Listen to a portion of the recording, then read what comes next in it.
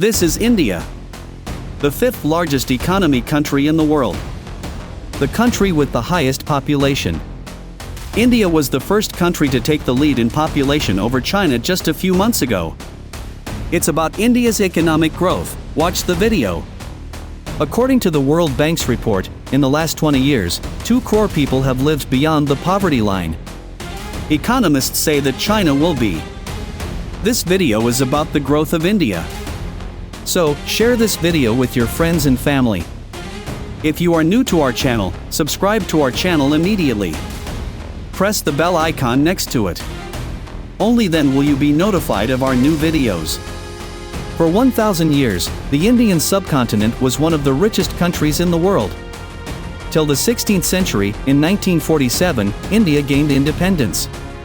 The communist India, China, and Pakistan's initial situation was the same. That is, the collapse, political instability, and unavailability of resources affected Asia, which was in a very low position. In the meantime, Hong Kong, Singapore, and South Korea developed and took off as Asian tigers. At that time, China was ahead of Singapore. The Chinese authorities went to Singapore and started to learn their model. But there was a big difference between China and Singapore. It was not even 0.5. The Chinese authorities were shocked to see how Singapore was so ahead due to Chinese. The story of Singapore is also very interesting.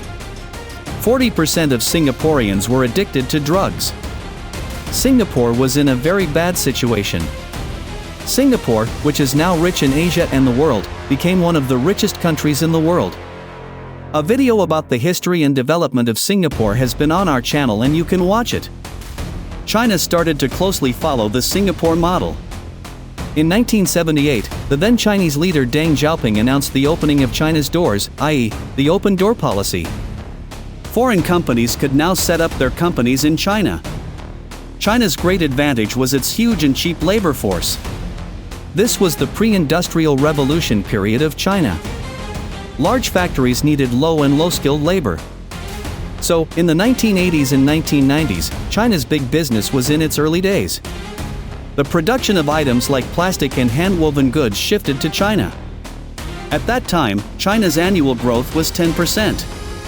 India also followed China's path. India also opened its doors to foreign companies. From 1991, India stood on a very strong growth path. India became the largest population country in the world and the second largest country in the world to speak English. In 1951, China's population was about 55 crores and India's population was 35 crores. In the last 70 years, India's population has grown by 390%. According to the United Nations, India's population will increase by 20 crores by 2050. With this huge manpower, the iPhone was made in China a few years ago. According to other reports, 50 crore people in India will enter the middle-class income group. If this happens, India will be the largest middle-class country in the world. When these people spend money, domestic demand increases, and the economy grows. According to some economic experts, India will push back Japan and Germany by 2030 and become the third largest economy in the world. In the last 5 years, India is now investing, so India is expected to become the next global workshop. Apart from India's large population, there are factors for India's growth. That is administration and digitization. This increases the speed of the government's activities. For example, the Indian government is growing through digitization.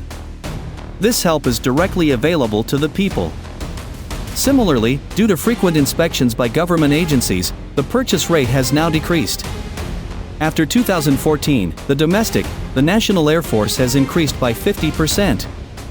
Many plans have been implemented in the demand for telecommunications in the past few years, and India has been leading in the economy. In March 2022, India pushed India and the UK behind in the economy and took the 5th place. Similarly, the new startup companies industry has started in India. According to the poll data released in 2022, 37 unicorns are private startup companies. The Indian government announced a $26 billion plan to recruit foreign entrepreneurs. Through this, multinational companies can employ the workforce in a low salary. With this policy, big companies like Samsung and Foxconn are increasing their operations in India. Finally, about 3 crore Indians are working abroad and sending money to their families. India received $111 billion in the year 2022. But India has no problem with this. India in many areas and needs improvements. In 2014, Nokia's biggest plant was closed in Chennai. So, 8,000 people lost their jobs. The reason this plant is tax dispute. Due to the difficult tax and tax returns, many foreign companies are planning to invest in India. In 2018, as Modi government increased tax returns, many foreign companies have turned to China. In the past few years, India has grown a lot, but the poverty has also decreased. When compared with developed countries, it is still a big deal. According to Household Survey, 9% of the population in India has a computer. 18% of the population has a washing machine. 8% of the population has a car. According to the National Consensus Report, 27 crore Indians live below the poverty line. According to the 2017 report, 25% of the children, i.e. children aged 14 to 18 years old, do not know to read or write. Unemployment is also a big problem in India. When the population increases, the unemployment rate also increases. That too, after the corona pandemic, the unemployment rate has increased a lot. According to one report, the percentage of unemployed graduates is 19.3% in 2021, 15.1% in 2020, and 14.9% in 2019. That is, even the educated people are struggling to get a job. In India, the problem of unemployment is another problem. According to the Statistics Transparency International Statistics Report in the world's poorest countries, India is in the 85th place. Another major problem is the caste system. They are forced to leave poor people. Apart this, religious tensions are causing many problems. In India, religion terrorism and tolerance is a big problem. Religion and political, for example, European countries have been moving forgetting what happened in the past. If you have a German visa now, you can go to France with it. 80 years ago, the thing we need to learn from is that what happened is what happened. Without about it or thinking about it, everyone should move forward together. We will wait and see. We will with another interesting video. Don't forget to subscribe to our channel and give your support. Until then, stay safe. Signing off. Thank you.